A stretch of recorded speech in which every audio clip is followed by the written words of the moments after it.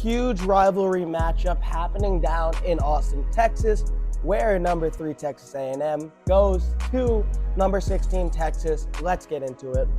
Setting the slate, Texas A&M 11-0, 7-0 in the SEC, one of the 3 undefeated teams in America with a win, clinches a berth in the SEC championship.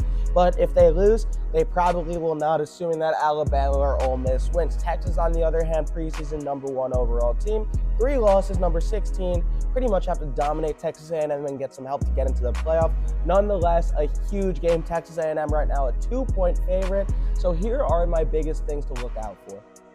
Texas A&M has a real shot to win it all no matter what happens down in Austin on Friday night. You have to start with Marcel Reed at the quarterback position. He gets better and better every week. 25 touchdowns, 8 interceptions on the season, 2,500 passing yards. What makes Reed so special is he can make pretty much any throw on the field, but moreover, uses his legs. I like using the LSU game down in Death Valley where they were pretty much daring him to use his legs, and that's what Marcel Reed did. He has weapons all over, whether it's Mario Craver, Casey Concepcion. Texas A&M is one of the fastest teams in America, and they know how to get physical too. You go to the defensive side of the ball, they lead the SEC in sacks and SEC play. And that's going to be the number one thing for this game on that side of the ball. Texas A&M's defense knows how to get to the passer. They might have the best defensive line in America.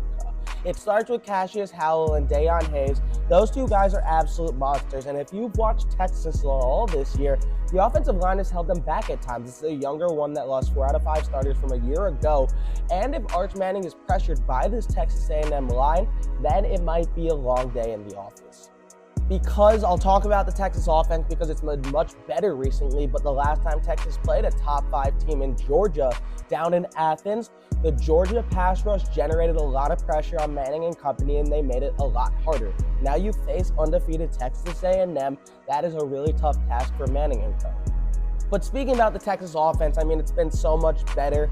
250-plus passing yards for Arch Manning in 4 straight games, coming off a game against Arkansas where he had 389 yards and 6 total touchdowns, became the first quarterback in Texas history to have a passing, rushing, and receiving touchdown in the same game.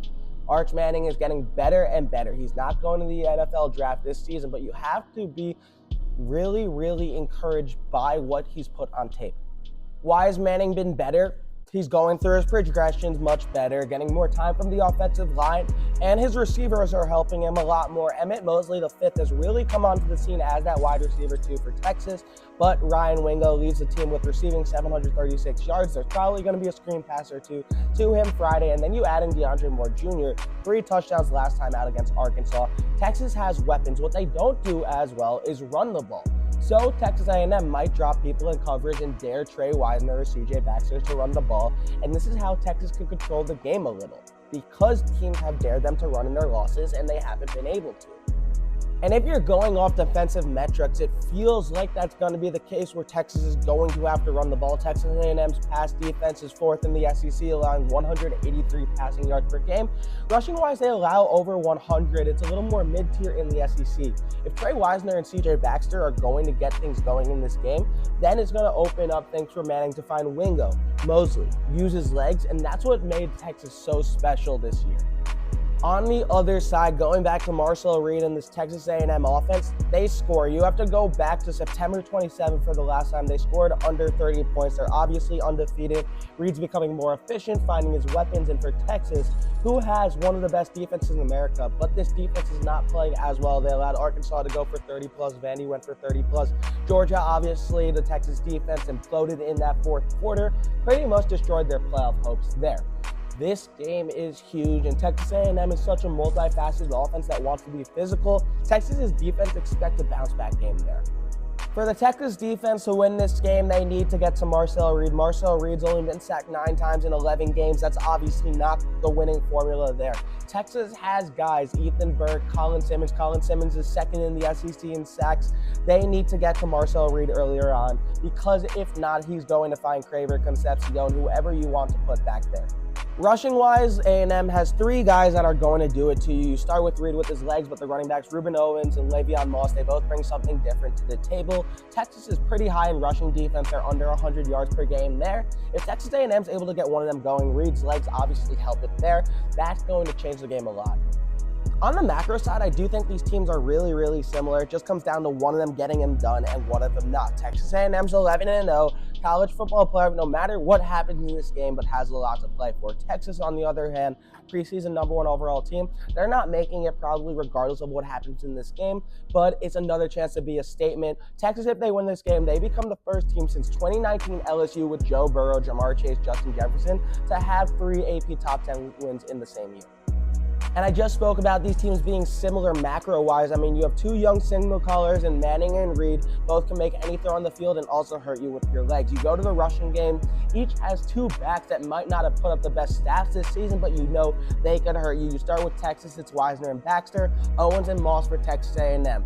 And then these pass games and the skill positions they have, Texas A&M, Craver and Concepcion might be the best wide receiver duo in America. And then you have Bethel Roman too, who could hurt you. And then you go to Texas on the other side. It's been Wingo and Mosley, and then DeAndre Moore pops off for 3 touchdowns last week. So the offenses, I expect a high-scoring affair, even though these defenses are really good. Biggest deciding factors in this game when looking at it macro. 1, Texas A&M's pass rush, one of the best in the country against a young Texas offensive line that struggled in big games this year. All of Texas's losses, they've struggled to create time for Manning, or it's been a holding penalty that draws them back. The one that stands out to me is the Florida game.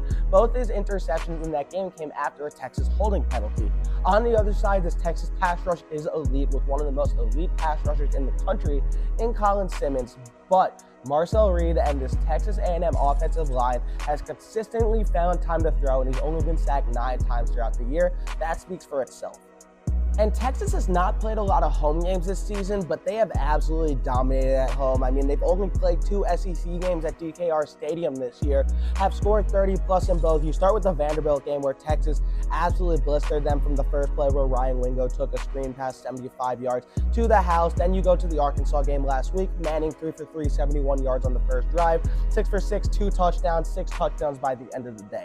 This Texas team is very different at home. They failed to perform on the road, and we could talk about that another time. But Texas A&M is walking into a very hostile environment, obviously, with the Lone Star rivalry, and just a team that plays better at home.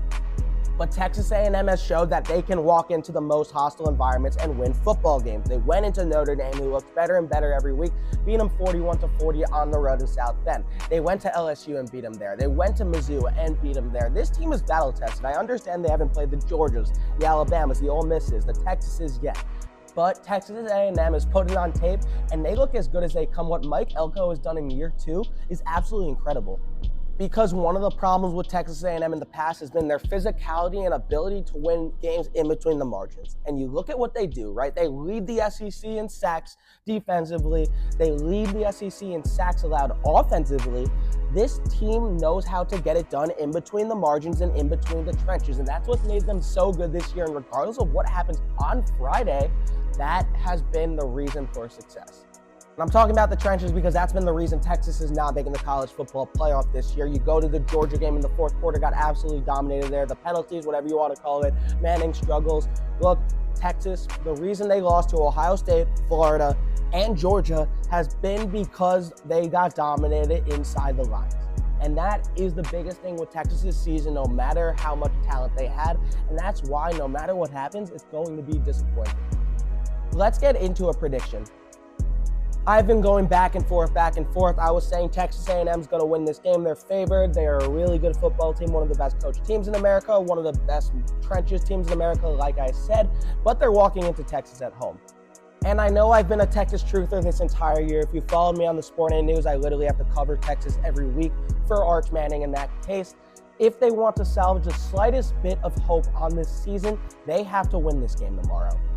And it is going to take their best effort of the season. They're going to have to protect Manning against this crazy pass rush that Texas A&M has. They're going to have to find their skill position players. Manning's been getting better and better, and this defense is really good. It might be their toughest test. Texas A&M's the better team on paper. They might be the best team in the SEC, period, on paper. But I have to favor Texas. This is the biggest game they have to play, assuming they won't make the college football playoff. They're at home where the offense performs better and the defense performs better. I expect a high-scoring shootout. We'll go Texas 35, Texas A&M 31. Thanks so much for listening, guys. Tune in to my Texas A&M blog tomorrow on the Sporting News. Like and subscribe. I'm going to have some quick hitter rivalry predictions soon.